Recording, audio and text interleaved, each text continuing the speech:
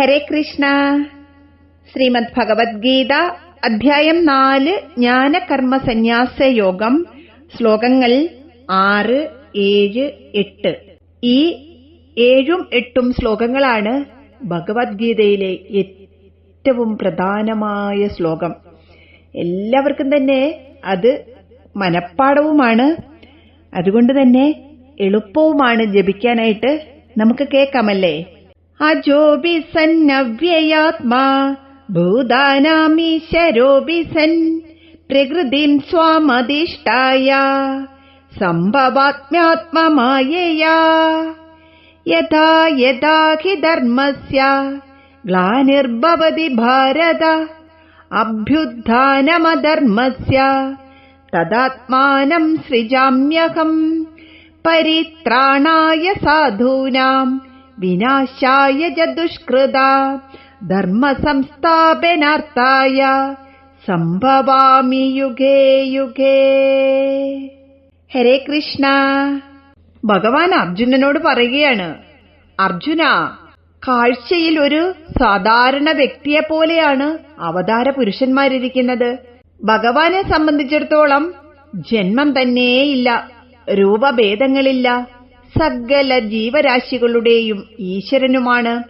എങ്കിലും സ്വന്തം മായയെ ആലംബമാക്കിക്കൊണ്ട് ഓരോ യുഗത്തിലും ആദിമമായ അതീന്ദ്രിയ രൂപത്തിൽ ഭഗവാൻ അവതരിക്കുന്നു. ഭഗവാൻ അദ്വയനും ആദ്യനും അച്യുതനും അനാദ്യനും അനന്തരൂപനും നവയൗവനയുക്തനുമായിട്ടാണ് എപ്പോഴും കാണപ്പെടുന്നത്. കഴിഞ്ഞ നിരവധി ജന്മങ്ങളിലുണ്ടായ സംഭവങ്ങളെല്ലാം ഭഗവാന് ഓർമ്മിക്കാൻ കഴിയും.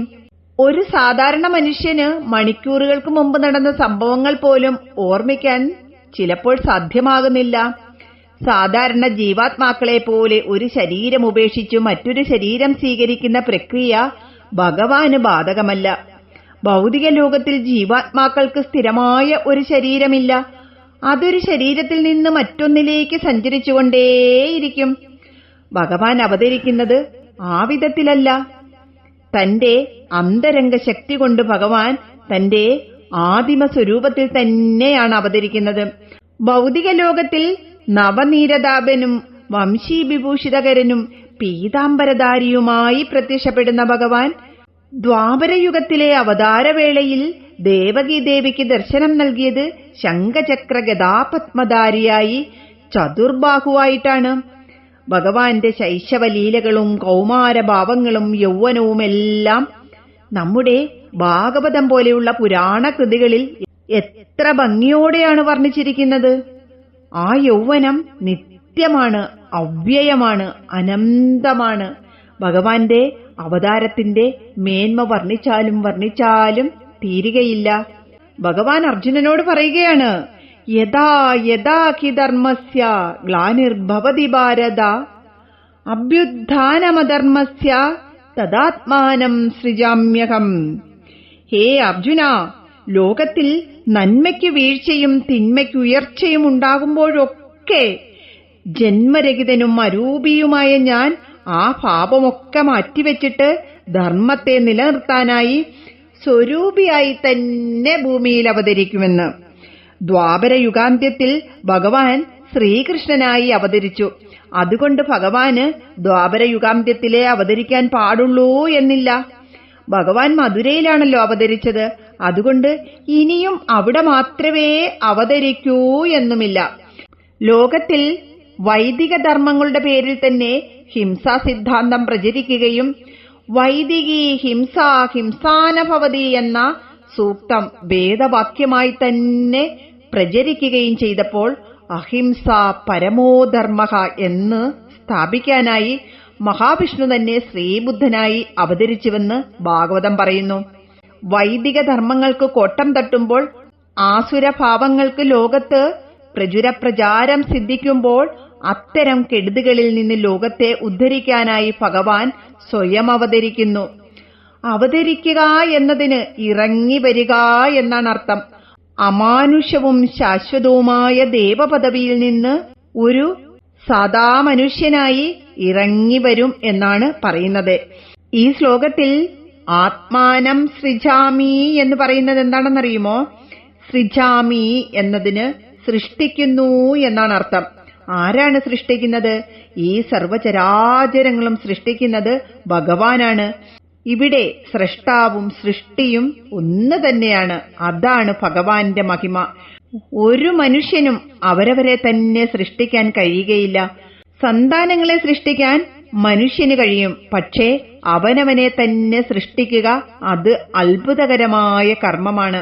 ആ സൃഷ്ടിക്ക് മുമ്പും ഇവിടെ ഭഗവാൻ ഉണ്ടായിരുന്നു.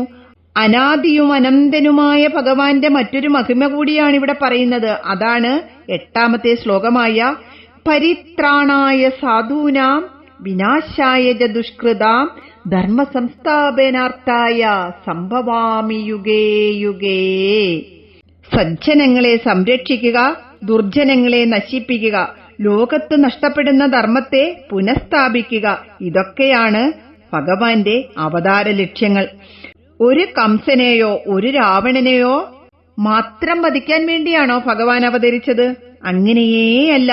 സർവവ്യാപിയും സർവശക്തനുമായ ഭഗവാന് സങ്കല്പം മാത്രം കൊണ്ട് തന്നെ ദുഷ്ടസംഹാരങ്ങൾ സാധിക്കാവുന്നതല്ലേയുള്ളൂ. ഭക്തരക്ഷണമെന്ന മഹത്തായ കൃത്യം കൂടി നേടുവാൻ വേണ്ടിയാണ് ഭഗവാൻ അവതരിക്കുന്നത്. തന്റെ ഭക്തൻ പീഡിപ്പിക്കപ്പെടുമ്പോൾ ഭഗവാൻ നേരിട്ടിറങ്ങി വരിക തന്നെ ചെയ്യും. അത്യുഗ്രമായ അതിഭീഷണമായ നരസിംഹാവതാരം സംഭവിക്കണമെങ്കിൽ പ്രഹ്ലാദൻ ഒട്ടേറെ ക്രൂര പരീക്ഷണങ്ങളെ നേരിടണം. എങ്കിൽ മാത്രമേ ഭഗവാൻ ആ ഭക്തന്റെ മുന്നിൽ പ്രത്യക്ഷപ്പെടുകയുള്ളൂ. ഒരു ഭക്തന്റെ നേർക്ക് ദുഷ്ടൻ കണ്ണു തുറിച്ചു നോക്കുകയോ കോപിക്കുകയോ ചെയ്തതുകൊണ്ട് മാത്രം നരസിംഹാവതാരത്തിലെ കുടൽമാല ഏന്തുന്ന ഘോരരൂപം ആവിർഭവിക്കുകയില്ല. കംസവധം പോലെ തന്നെ ദേവകി വസുദേവന്മാരുടെ മോചനവും കൃഷ്ണാവതാരത്തിന്റെ ലക്ഷ്യമായിരുന്നു. അതാണ് ആദ്യമേ തന്നെ പരിത്രാണായ സാധൂനാം എന്ന് ഇവിടെ പറയുന്നത്. ദുഷ്ടന്മാരെ നശിപ്പിക്കുന്നത് ഭഗവാൻ 2ാം സ്ഥാനത്താണത്രേ കണ്ടിരിക്കുന്നത്. സജ്ജന സംരക്ഷണമാണ് ഭഗവാന് മുഖ്യം.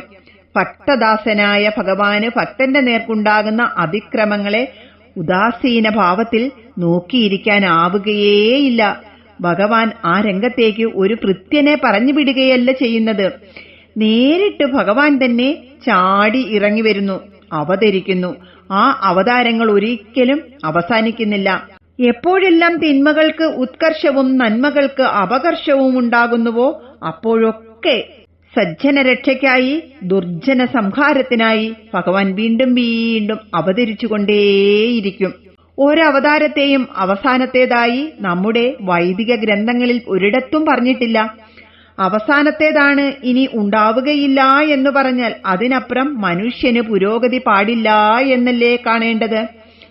ഇനിയും ഇനിയും വേണ്ടപ്പോഴൊക്കെ ഞാൻ വരും എന്നത് മഹത്തായ ഒരു വരദാനമാണ്, പ്രതിജ്ഞയാണ്, നമ്മൾക്ക് തരുന്ന വാഗ്ദാനമാണ്, നമുക്ക് തന്ന വിശ്വാസമാണ്. സജ്ജനങ്ങൾക്ക് ധർമ്മത്തിൽ ഉറച്ചു നിന്ന് പ്രവർത്തിക്കുവാൻ ഭഗവാന്റെ ഈ 2 ശ്ലോകങ്ങൾ മാത്രം മതി.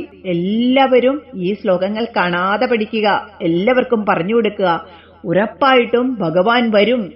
നമ്മൾ എത്ര കഷ്ടപ്പെട്ടാലും നമ്മള് ഭഗവാനെ അടിയുറച്ച് വിശ്വസിക്കുകയാണെങ്കിൽ പ്രഹ്ലാദന്റെ മുന്നിൽ വന്നതുപോലെ, പ്രഹ്ലാദൻ ഒരുപാട് പരീക്ഷണങ്ങൾ നേരിട്ട് കഴിഞ്ഞിട്ടാണ് ഭഗവാൻ വന്നത്. അതാണ് പറഞ്ഞത്, നരസിംഹമായിട്ട് ആ പ്രഹ്ലാദനെ രക്ഷിക്കാൻ വേണ്ടി മാത്രമല്ല ഭഗവാൻ അവതരിച്ചത്. അതുകൊണ്ട് ഭഗവാനെ എല്ലാവരും അടിയുറച്ച് വിശ്വസിക്കുക. ഭഗവാൻ വരും വരും വരും.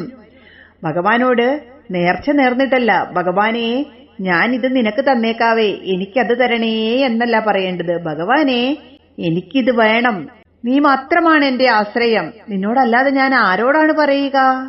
പ്രഹ്ലാദൻ ഒരുപാട് ദുഃഖങ്ങളും ദുരിതങ്ങളും അനുഭവിച്ച് അതിനുശേഷമാണ് ഭഗവാൻ വന്നത്. അതെന്താണ് അങ്ങനെ വരാൻ കാരണം? പ്രഹ്ലാദൻ ഒരുപാട് അനുഭവിച്ചല്ലേ, അത് കഴിഞ്ഞിട്ടാണ് ആ ഘോര രൂപമായ നരസിംഹം വന്നത്. ഭഗവാൻ നരസിംഹമായിട്ട് വന്നത് പ്രഹ്ലാദനെ രക്ഷിക്കാൻ വേണ്ടി മാത്രമായിരുന്നോ? അല്ലേ അല്ല, ആ ഒരു രാജ്യത്തെ മുഴുവൻ രക്ഷിക്കാൻ വേണ്ടിയായിരുന്നു. ആ രാജ്യത്തിലെ സജ്ജനങ്ങളായ മനുഷ്യരുടെ നന്മയ്ക്കു വേണ്ടിയായിരുന്നു. അതുപോലെ നമ്മളെപ്പോലെയുള്ളവര് ഭഗവാൻ വരും എന്ന് അടിയുറച്ച് വിശ്വസിക്കുകയാണെങ്കിൽ ഭഗവാൻ വരിക തന്നെ ചെയ്യും. അതുകൊണ്ട് എത്ര കഷ്ടപ്പാടുണ്ടായാലും ഭഗവാനെ കുറ്റം പറയാതെ എല്ലാ കാര്യവും ഭഗവാനിൽ സമർപ്പിക്കുക. എന്ത് ചെയ്താലും അത് ഭഗവാനോട് ചോദിച്ചിട്ട് ചെയ്യുക. എന്തെടുത്താലും അത് ഭഗവാന് സമർപ്പിച്ചിട്ട് ചെയ്യുക. അപ്പോൾ ഭഗവാൻ വരിക തന്നെ ചെയ്യും. ഞാനത് തന്നേക്കാവേ ഭഗവാനെ, എനിക്കിത് സാധിപ്പിച്ചു തരണേ എന്ന് അമ്പലങ്ങളിൽ പോയി നേർച്ച നേരുന്നതല്ല ഭഗവാൻ ഇഷ്ടം. നമ്മളെ തന്നെ സ്വയം സമർപ്പിച്ചിട്ട് അത് നമ്മുടെ വീട്ടിൽ മതി. ഒരിടത്തും പോകേണ്ട ആവശ്യമില്ല. പിന്നെ നമ്മൾ മനുഷ്യരല്ലേ, ഒരു വീട്ടിൽ അടച്ചിരിക്കുമ്പോൾ നമ്മൾ ദൂരെയുള്ള അമ്പലങ്ങളിലൊക്കെ പോകും. അതും നമുക്ക് സന്തോഷം തരുന്നതാണ്. അപ്പോഴും കണ്ണാ നമുക്ക് പോകാം, നമുക്ക് വൃന്ദാവനത്തിൽ പോകാം, നമുക്ക് ഗുരുവായൂർക്ക് പോയിട്ട് വരാം, അങ്ങനെ പറഞ്ഞിട്ട് ആ ഭഗവാനോടൊത്താണ് നമ്മൾ അങ്ങോട്ട് പോകുന്നത്. അങ്ങനെ എല്ലാവർക്കും ഭഗവാൻ അനുഭവവേദ്യമാകട്ടെ. ഹരേ കൃഷ്ണ.